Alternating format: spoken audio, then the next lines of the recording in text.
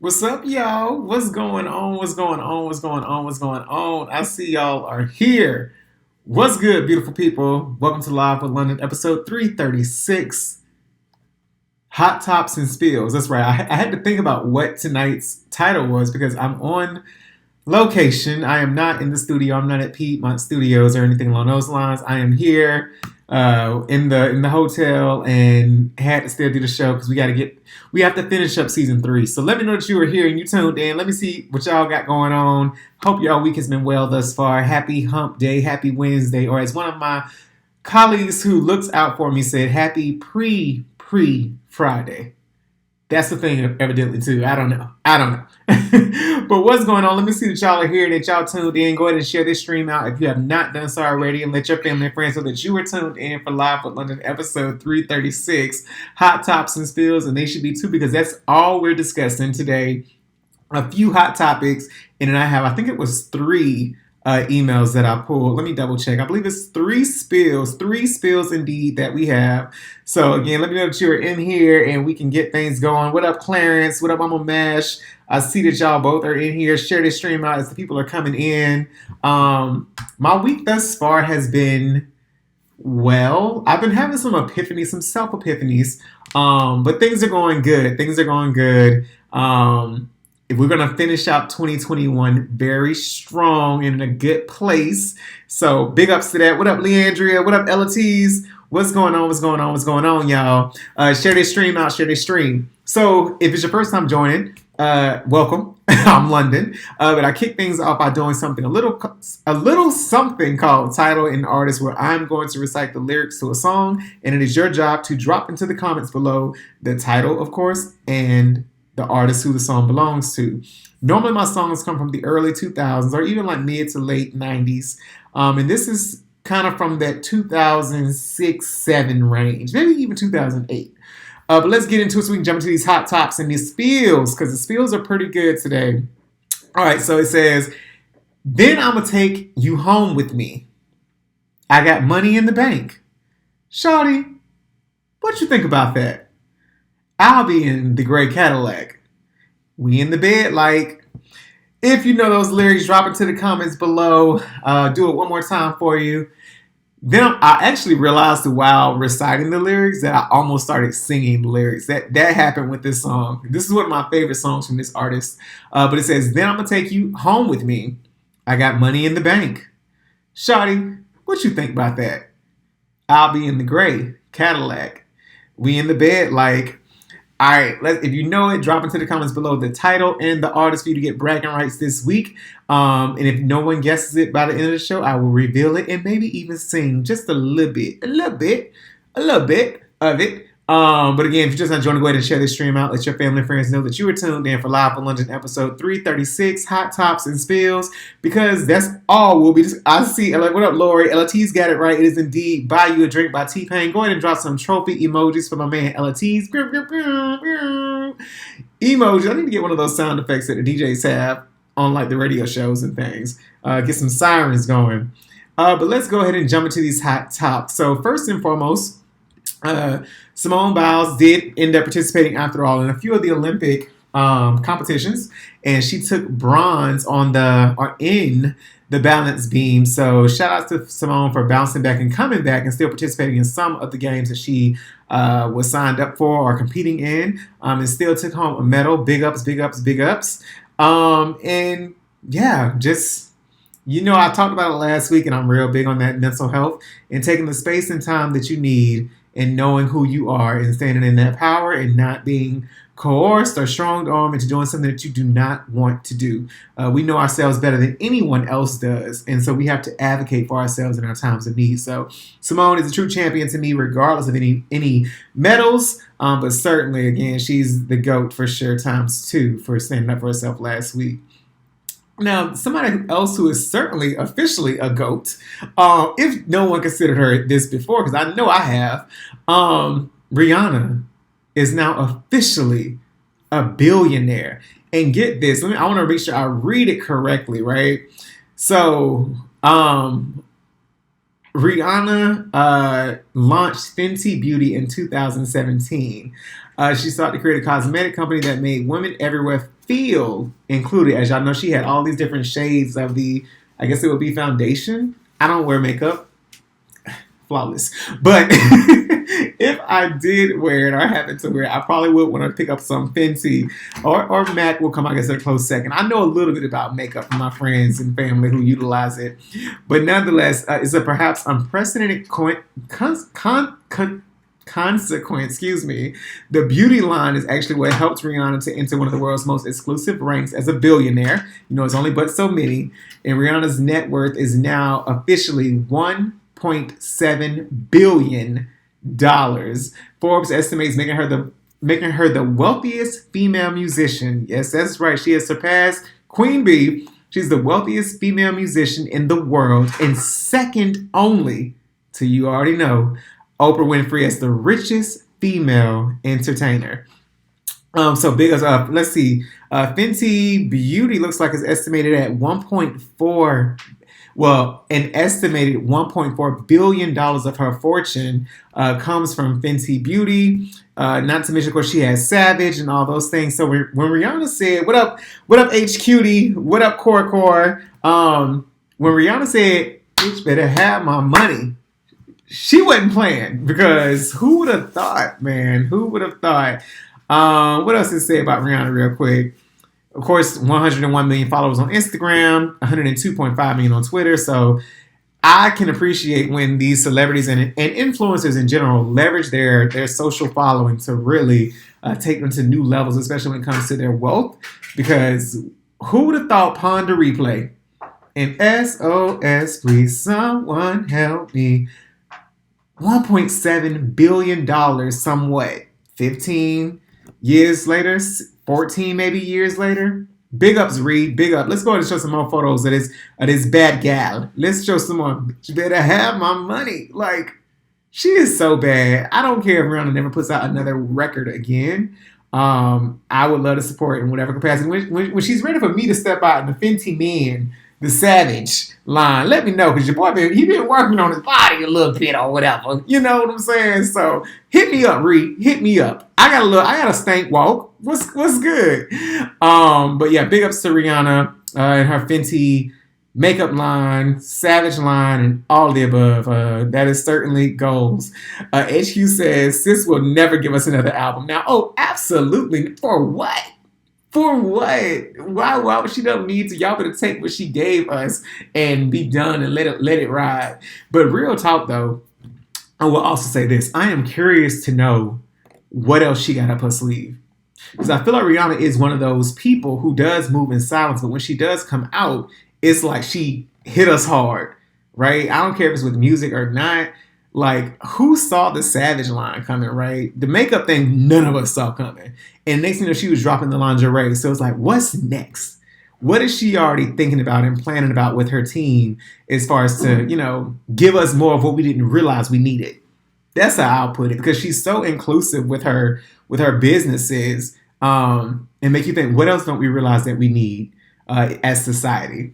But in speaking of just dope females and dope people in general, I also want to talk about Dolly Parton. I saw this, I think the end of last week or earlier this week, and it says here that Dolly Parton invested the cover royalties from Whitney Houston covering her song "I Will Always Love You" into Black Nashville neighborhoods. And I want to get this right too, so let me pull up the article here and read it verbatim. It says that Dolly Parton revealed that she invested her royalties from Whitney Houston's cover of "I Will Always Love You" into a Black community in Nashville. Dolly Parton performed the song in 1973 as a farewell to her then business partner, Porter Wagoner. However, it wasn't until Houston, of course, Whitney Houston, covered it for the 1999 romantic drama The Bodyguard, which most of us have seen, I imagine, who at least watched this show. But nonetheless, that's when it became a worldwide hit. The ballad spent 14 weeks at the top of the U.S. Billboard Hot 100, and it earned Dolly Parton, from the royalties alone, $10 million in the 1990s. She says, "I bought my big office complex down in Nashville, and I thought this was a wonderful place to be." Like, Dolly Parton's one of those legends, one of those icons who really I think she also moves in silence with her charitable giving, and her philanthropy. But she does stuff, and you're just like, wow, like the stuff she says, like she's a real one here. I think like we haven't appreciated enough, beyond just her music and her acting skills, but just her humanity is how I would put it. So big ups to Dolly Parton. We'll make sure we covered that. Now, in addition to that, let's get into this here. So NYC is requiring proof of vaccination against COVID-19 in order to enter into all restaurants and fitness centers.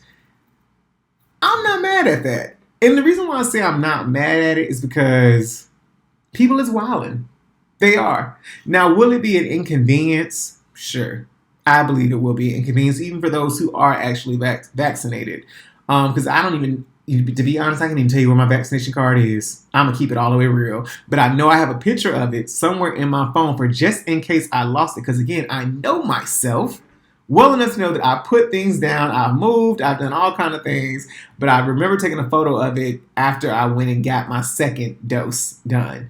So what do y'all think about NYC requiring that? And do you all feel like other cities in major metropolitan areas or other states in general should also require this? I know there are many states who are very loose with their mask mandates, extremely loose, but would love to know what y'all think as far as should other metropolitan cities or overall states in general require proof of your vaccination. Now, I know people are going to get creative and use Photoshop and all those other things, but my biggest thing is almost this.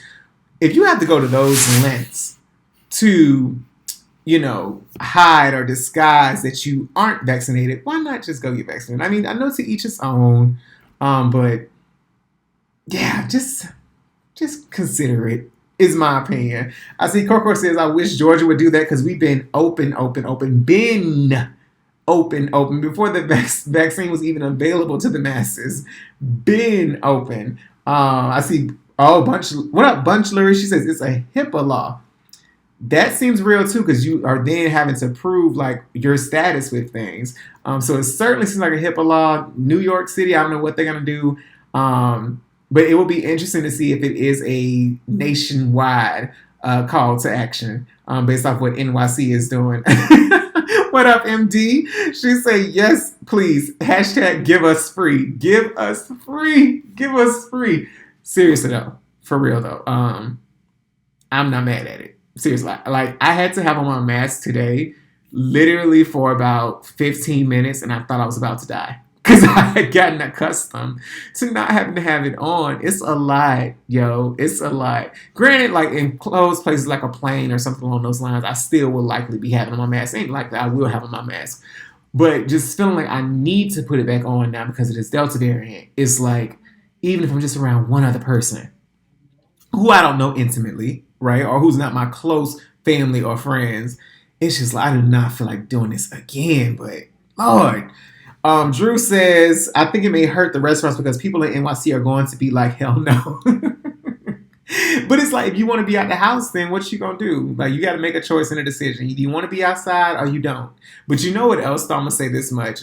With us, summer is going to be ending soon, especially for those in the Northeast. So fall going to be here, winter going to be here. And so, they're probably going to be staying home anyways.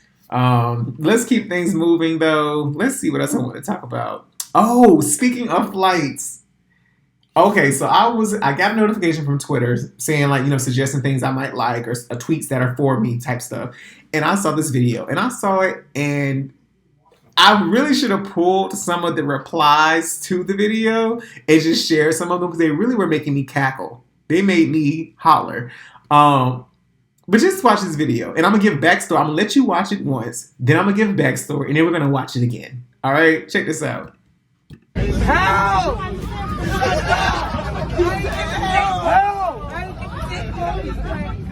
Help! This man got the right dentist. That's all I'm gonna say.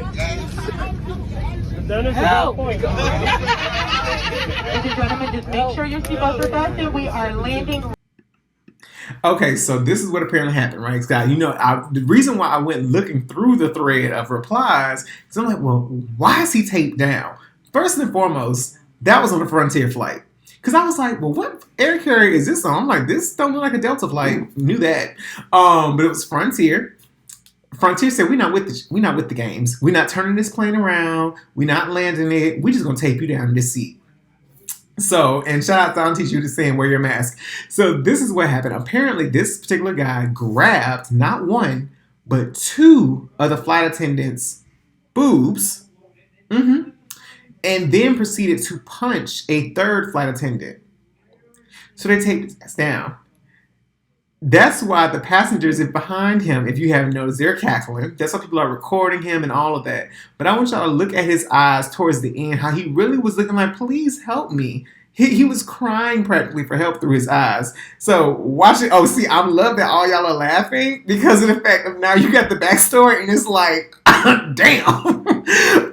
It is like the set of a movie. Like, how in the world I would have been cackling the entire plane ride, especially if I was sitting like anywhere within that person's vicinity. Let's watch it one more again. Check this out. Help!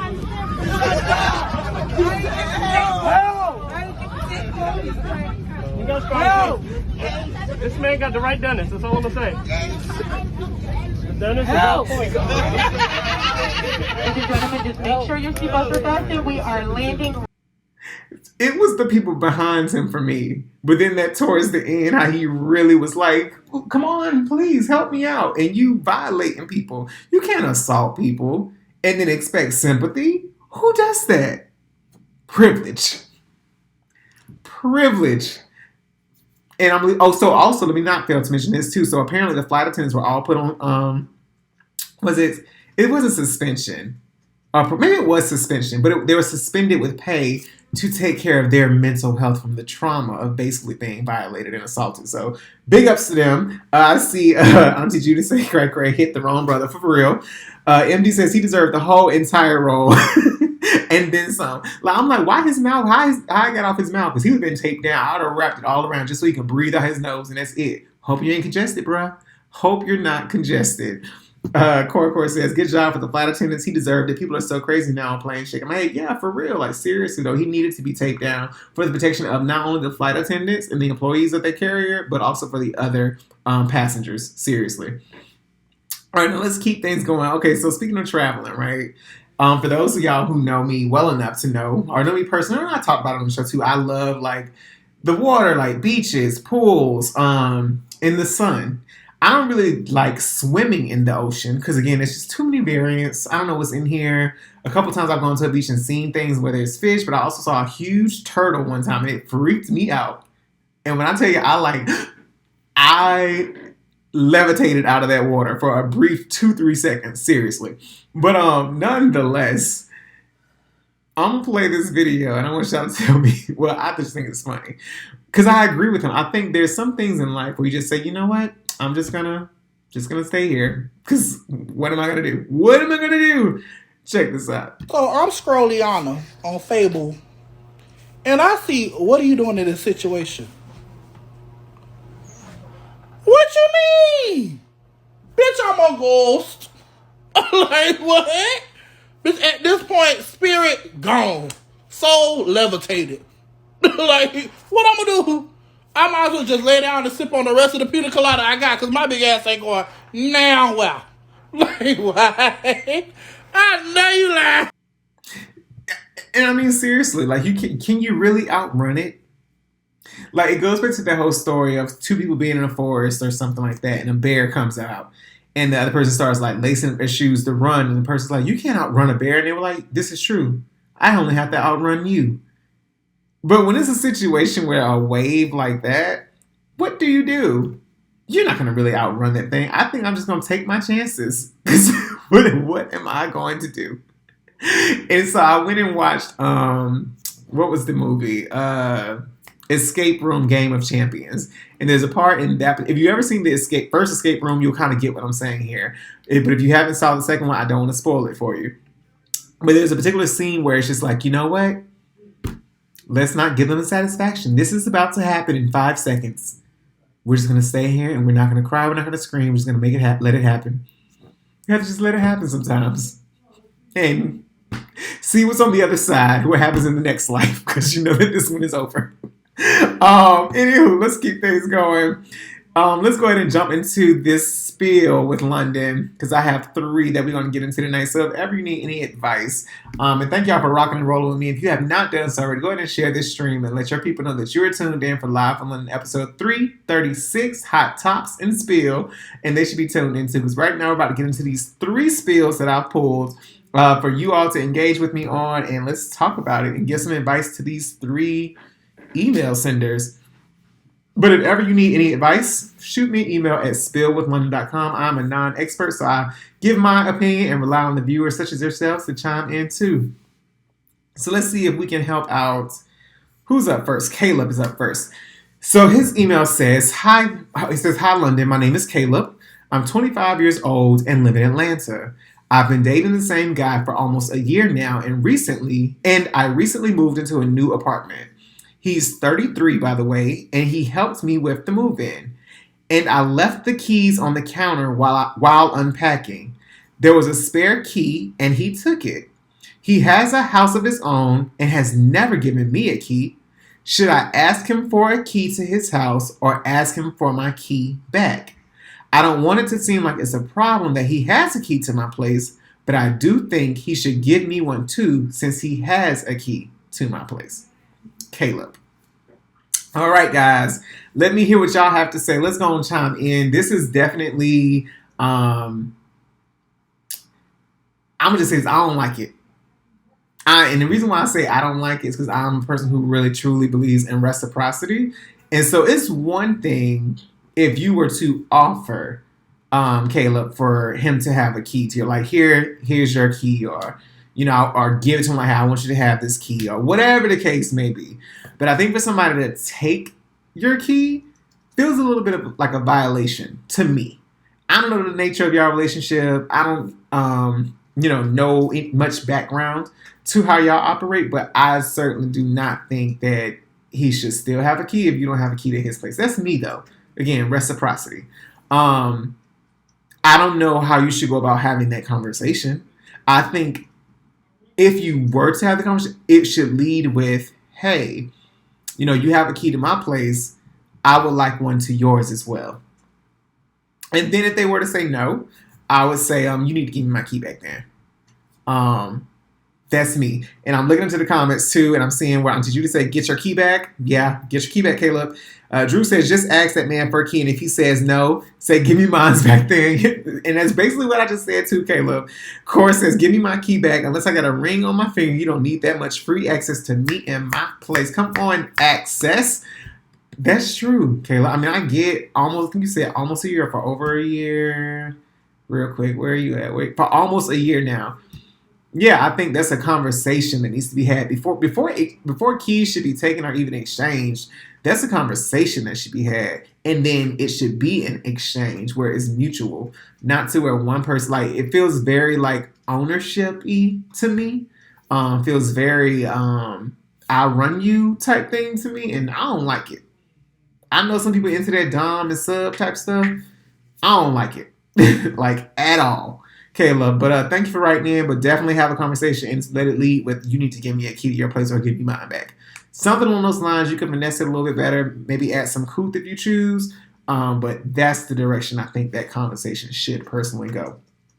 All right, what's going on? If you're just not joining, I'm London. We're getting to the spill. We have 2 more spills to go. We're keeping it short tonight because I am on location and have lots of things to get done in the morning. But nonetheless, let's go on to the second letter. And if ever you want to, again, need some advice from a non-expert like myself, shoot me an email at spillwithlondon@gmail.com. All right, next up we have Alyssa. It says, hey, London, it's your girl, Alyssa. Hey, Alyssa. I'm 28 and currently live in Tennessee. I've been considering moving to Atlanta since 2019, but then the pandemic hit and I let it go. Now I'm looking to do so again. Here's the problem. I split the bills with my aunt here. We're roommates in an apartment. Her and her husband divorced back in 2016 and we got a place together. Okay. I'm like doing my math, like, how old are you when y'all move in? But okay. She's in her late 40s and everything was all good at first, but now it feels like she's my parent and asks me too many questions about my comings and goings. I have a final interview for a position in Atlanta, and I feel confident about it. I know financially she's not in the best of positions to live here on her own if I move. Should I? Well, no, she says, what should I do? Excuse me. What should I do? Our lease isn't up until 2022. And she signed to Alyssa and her auntie woes.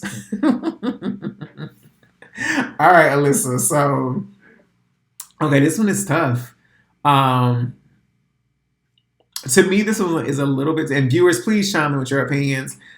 This one is a little bit tougher than the last one with Caleb. Primarily because it's like family ties, right? It's like family involved, blood involved, somebody that you likely looked up to, because I can't see you, and actually love and like, I can't see you agreeing to move in with your aunt, what, 4-ish, 5-ish years ago, if you didn't actually like her and like kicking it with her and hanging out with her. But you know, you are now more of an adult, because 4 or 5 years ago you would have been, what, 23, maybe 24, probably fresh out of college, all kind of things like that. I think you need to have a conversation with her. Well, I would hope you've already began talking to her about you having a new job opportunity potentially, and you haven't been keeping it in a secret from her. But I firmly believe, and I believe that as human beings, and viewers, chime in if you have an opinion too. I believe that as human beings, when our backs are up against the wall and we're forced to rely on ourselves and not on other people, not be able to lean on people, or we have no one else to turn to, we always figure it out. I firmly believe that. Like, whether you believe in God or any type of deity or not, I believe that there's a superpower within all of us, or some just divine energy or something that comes through, but we have to just get still and just focus, and it'll come to us, right? Like, I don't know if you've ever seen the movie Limitless. It came out years ago, and they like take a pill and like they get still, and they have like, all these ideas on how to like survive or make money or whatever the case is. After this, we all get to that point when our backs are up against the wall. I say that you need to let your aunt know that you're about to be out. You moving to Atlanta. I do think, though, at the fact that the lease isn't up until, as you say, into 2022, and I hope not like June 2022, girl. I think that you should still contribute towards the bills if she chooses to stay there. I don't mean you have to still go half with her, but maybe for like September, October, you pay your full share and see if she can find somebody to, you know, rent out the room that you were in, or you can find somebody to sublease from you, or y'all can see how much it would cost to simply break your lease and she find another place that she can afford on her own. But I do think for at least 2 months, you should give her some type of assistance. That's just my opinion. That's me. Especially if you know for a fact your aunt cannot financially, or she's not in a, what did you say, a good financial place? Yeah, you say, I know financially she's not in the best of positions. If you know she can't afford that place on her own, I think that for 2 months you should be willing to still to put up your share of the funds. Let me know what y'all think, viewers, because I see Drew has commented. We got a couple of likes on his comment. It says, well, Alyssa, if you can afford to pay the rent to the lease up, you should. If not, try to find a replacement for her. If that don't work, then tell her to apply for some rental assistance from the government. That is so real, Drew. Good job. Yeah, like there's always options. I always believe it's a workaround with anything, but I certainly wouldn't tell you to not take the job, or if it's offered to you, we're going to speak this and get offered to you, that you should turn it down because you're worried about your auntie and her being all right. Auntie done lived her life. She got sound like 20 years on you. She got 2 whole decades on you. She going to be all right. But I think that you should at least do your part to assist when and where you can, but don't hold yourself back from a new opportunity in a new city, a fun city that I feel like if people give it a chance, there's something here for everybody. All right, so thank you, Alyssa, for writing in, and thank you, viewers, for chiming in. Let's go ahead and move to the next and final letter of the evening. This one is from Eba. Okay, so this one's kind of funny. Before I move on to Eva, let's read what Corey has to say. Corey says, I wonder why she didn't stay with her parents instead of her auntie. It might have been an easier process for her. I'm glad she's getting a job first in Atlanta before moving. A lot of people don't think like that. Now, Corey done said a whole word with that. I don't understand that process. I do believe in taking the leap and the net will appear, but I don't believe in moving somewhere without a plan. And I say that, I mean that because of this. If you can move to a new city with no job, you're not relocating for jobs. You're relocating for a new chance. In my opinion, You shouldn't be moving nowhere if you ain't got at least $5,000. $5,000 to give yourself opportunity to at least make up maybe like 2, and depending on what your lifestyle is, maybe even 3 months worth of being able to pay bills. That's finding a place, get all your utilities and power and groceries, all that kind of stuff set up and good. And then spending that next month and a half to 2 months looking for a job or looking for a place of employment. Just picking up and moving with $100 in your pocket, I have faith of a mustard seed. But let me tell you something. I don't know that life. I don't know that life. I believe in, having a plan and having $100 in my pocket and moving to a brand new city to start over. I can't fathom what the plan is besides getting a gym membership and getting a storage unit. Because that's where I'm going to sleep in the storage unit and bathe and shower and work out at the gym. Have Wi-Fi at the gym. Maybe some entertainment at the gym. We're going to have TV so I can watch the news and sports. But that $100 going to get ate up like that. And I'm going to need the storage unit to be somewhere near the gym. Because I don't know how I'm going to eat. And I ain't going to have no gas to be filling up the car. So I'm just saying, that's my take on it. But big ups for those who know how to do it. I cannot. Of course, his auntie might need to apply for a PPP loan. Let's talk about that real quick too. If none other person jump into my Facebook inbox talking about a PPP loan, I don't want it. I am good. I don't need your SBA grant. I don't need your PPP loan. Leave me alone. Leave me alone. I'm going to start blocking you in a minute. All right? That's what's coming up next. You're getting blocked. Also, too, speaking of family members, and I know we got Eba spilled wanting to get to, too. So I went to Chipotle. Kind of wanted something quick, something I ain't had in a long time. I'm like, oh, this is something quick, something easy. And I got the chicken and the steak bowl. Mm-hmm. And in my first few bites, I'm like, something tastes different in this. And I know, each Chipotle probably gonna taste a little different, right? But I was like, is the steak overcooked? Is it the beans? Is it the rice? And probably about halfway through, it hit me. What up, LC? I'm for real though, LC. The gym and storage unit. I am smart, okay? I believe I am a smart guy.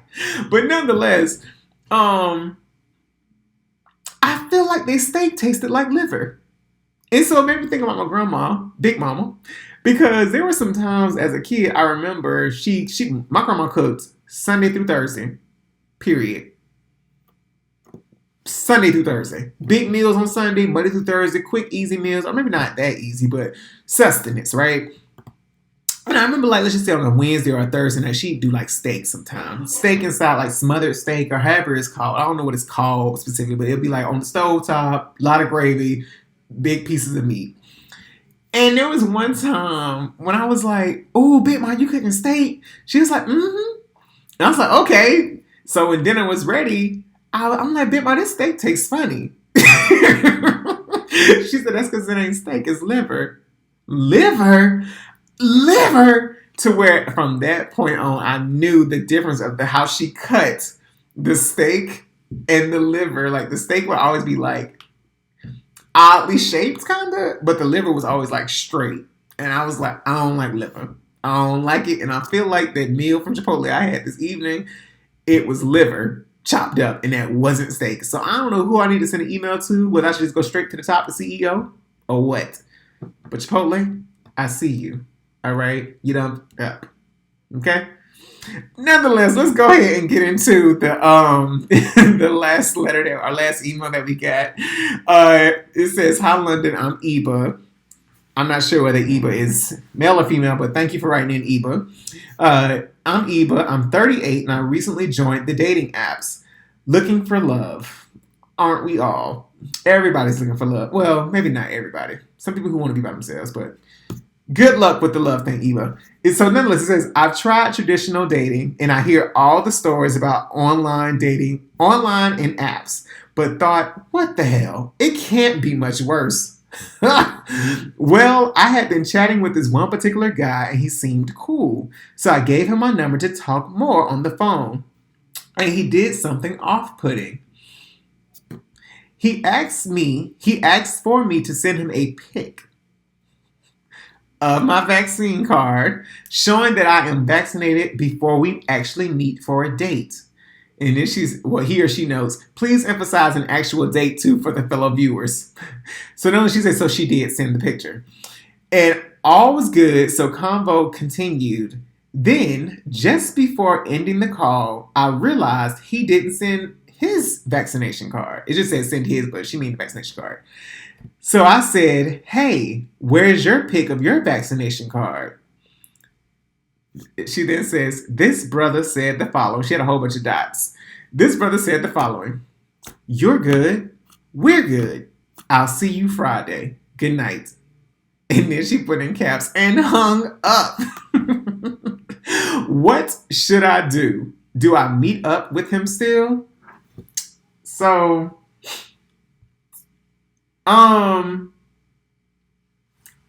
this is another situation with Caleb. I don't like it. I don't like it. I don't like it. I don't like it. I don't like it. And yes, Mama, you're right. She did cook on Fridays also. Fish and grits. I vividly remember the fish and grits. TGI Fridays. Nonetheless, yeah, Eva, that's not cool. That's not cool. I, again, believe too much in reciprocity. And maybe he was trying to be like funny, ha ha ha, like whatever. But I think if he actually sent a picture of his vaccination card, he should have led with sending a picture of his. And he certainly shouldn't have not hit you with the "you're good, so we're good." I need proof. Proof of cleanliness is what I would like. I mean, and it goes the same thing for statuses, right? For like STDs or whatnot, like STDs or STIs, whatever you want to call them. Can you show me proof? It's one thing to say, "Oh, I'm clean." Yeah, I'm sure. People say they house clean too, till I pull out that white glove. People say they house clean too, till them lights go off and the roaches start running. People, and in some houses, the lights ain't got to be off for the roaches to start running. Do you hear me? Let me tell y'all something. I literally sometimes have been in people's places and said to myself, "You bring people in here? Do you be inviting gentlemen or females, women caller, whatever you want to call, ladies of the night, gentlemen callers, whatever you choose to say? You bring them in here, and they stink. Well, what they look like? Because they just do anything. Because I'm like, what is this? What is all of this? What is it? What is this smell? What is going on? I know I'm going on a tangent, but I'm just keeping it all the way real. Y'all, clean your places up. Clean them up, please. Clean them up. No, ooh, child, I'm having flashbacks. Nonetheless, Core says I wouldn't go on the date in person. I would do a virtual date since he don't want to show his vaccination card. Come on with solutions. The Live with London viewers are coming through with solutions tonight for the spill. Eba, Caleb, I hope y'all are taking, even Alyssa, you as well. I hope y'all are taking notes. Y'all are getting some A1 suggestions tonight and solutions. I think that is a perfect idea from fellow viewer Corey. Eba, schedule a Zoom date. Y'all, FaceTime even for that matter. But no, until they show their vaccination card, you should not meet up with them either. The people have spoken. All right, Elsie says, hell nah, I ain't sending. 2, FaceTime me and we show the same time. That's real. Corey says, vaccination cards is key now in the dating world. That's the first question you have with each other. LOL, it's a different world out here now. It's a different world. Ooh, than where you come from. It is. It's a different world than what we were accustomed to. Eba, Alyssa, and Caleb, thank y'all so much for writing in. Viewers, thank y'all for providing solutions, suggestions, and your opinions for Eba, Alyssa, and Caleb. And if ever you have any questions or need some advice, or just some piping hot tea, shoot me an email at spillwithlondon@gmail.com. Now let's go ahead and keep things moving. I'm gonna end the show up. We wrap because I'm giving y'all multiple nights of the week. Multiple nights of the week. All right. So let's get into this a little inspirational quote real quick before we wrap it up. It says here, "Don't let the fear of losing be greater than the excitement of winning." I'm going to say that one more time. I wanted to speak to your spirit. Don't let the fear of losing be greater than the excitement of winning. Because to like feel what it would feel like to win and focus on that. Focus on that excitement, that happiness, that joy, that bliss of you winning versus even giving any energy to you losing. Don't do it. Don't give that no energy, all right, y'all?